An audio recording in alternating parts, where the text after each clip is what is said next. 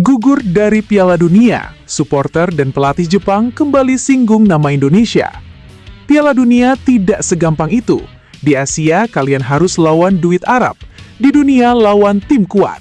Netizen, sekarang gue paham. Jepang sejago itu aja diayam-ayamin di Pildun. Gimana Indo?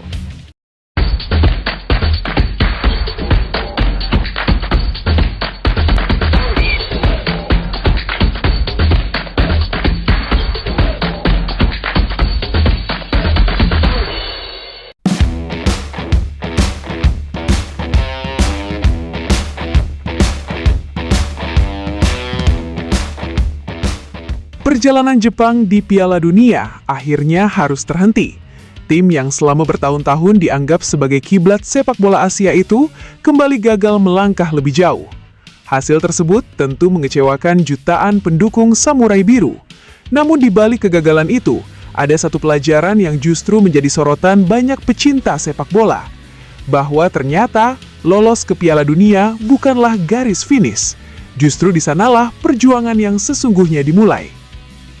Selama beberapa tahun terakhir, banyak negara Asia berlomba-lomba mengejar tiket menuju putaran final Piala Dunia.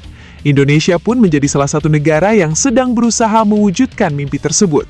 Dukungan masyarakat begitu besar, kualitas tim mulai meningkat, dan optimisme semakin tinggi dari tahun ke tahun. Namun ketika melihat perjalanan Jepang di Piala Dunia kali ini, banyak orang mulai menyadari satu hal yang sangat penting. Berhasil lolos hanyalah langkah pertama. Tantangan terbesar justru menanti setelah berada di panggung dunia. Jepang bukanlah tim sembarangan. Mereka memiliki sistem pembinaan yang sudah dibangun selama puluhan tahun.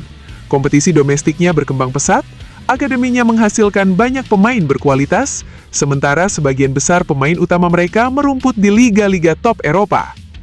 Bahkan dalam beberapa edisi Piala Dunia terakhir, Jepang berkali-kali mampu memberikan kejutan dengan mengalahkan tim-tim besar yang secara kualitas berada di atas mereka.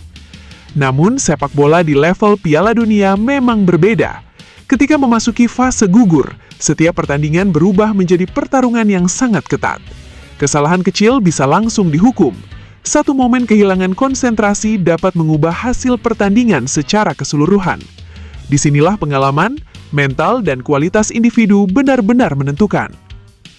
Banyak pelatih sepak bola dunia sering menekankan bahwa bermain di Piala Dunia membutuhkan standar yang jauh lebih tinggi dibanding turnamen regional maupun kualifikasi.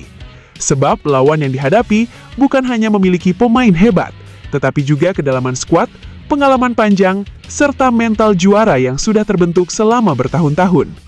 Hal itu pula yang kembali dirasakan Jepang.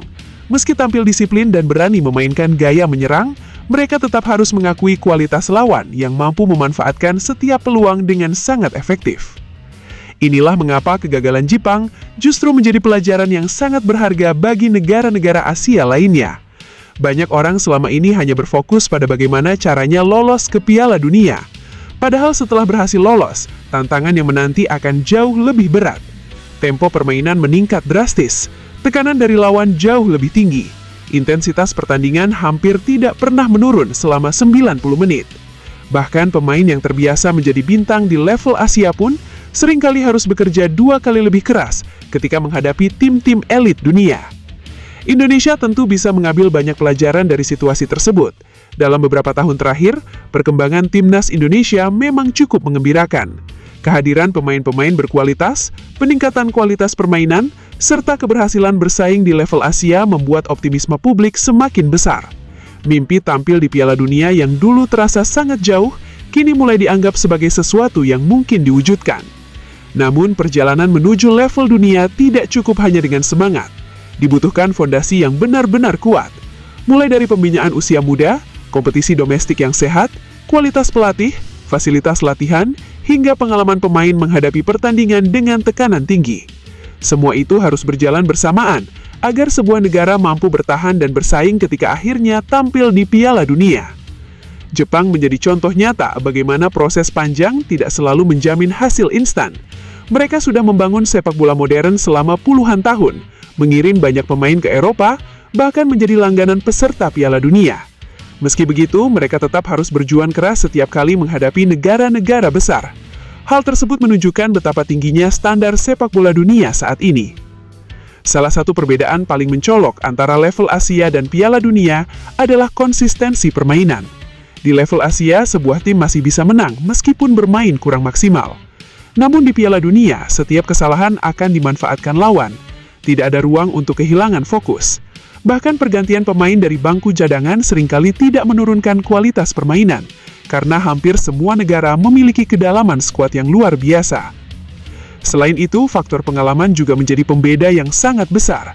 Banyak pemain Eropa dan Amerika Selatan terbiasa menghadapi pertandingan dengan tekanan tinggi hampir setiap pekan.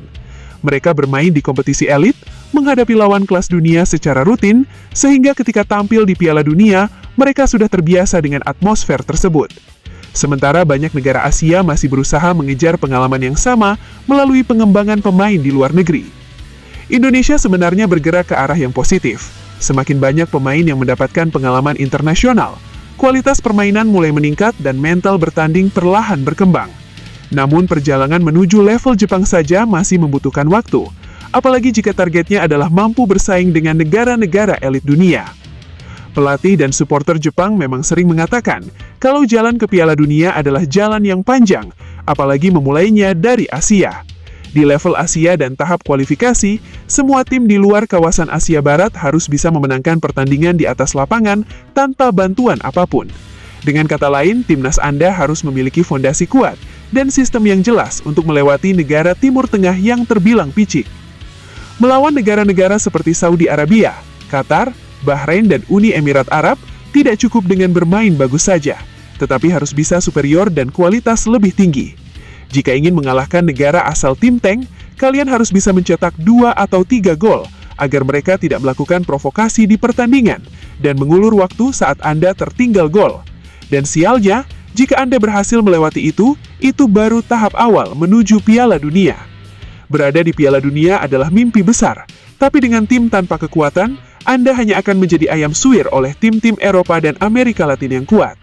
Jepang adalah salah satu contoh. Superior di Asia saja masih diayam-ayamin oleh Brazil di babak 32 besar. Karena itu, euforia ketika berhasil lolos ke Piala Dunia nanti seharusnya bukan menjadi tujuan akhir. Justru saat itulah pekerjaan yang lebih besar dimulai. Seluruh elemen sepak bola nasional harus terus berkembang, agar Indonesia tidak hanya menjadi peserta, tetapi juga mampu memberikan perlawanan kepada siapapun yang dihadapi. Perjalanan Jepang kali ini membuktikan bahwa tidak ada jalan pintas untuk menuju kesuksesan di level tertinggi.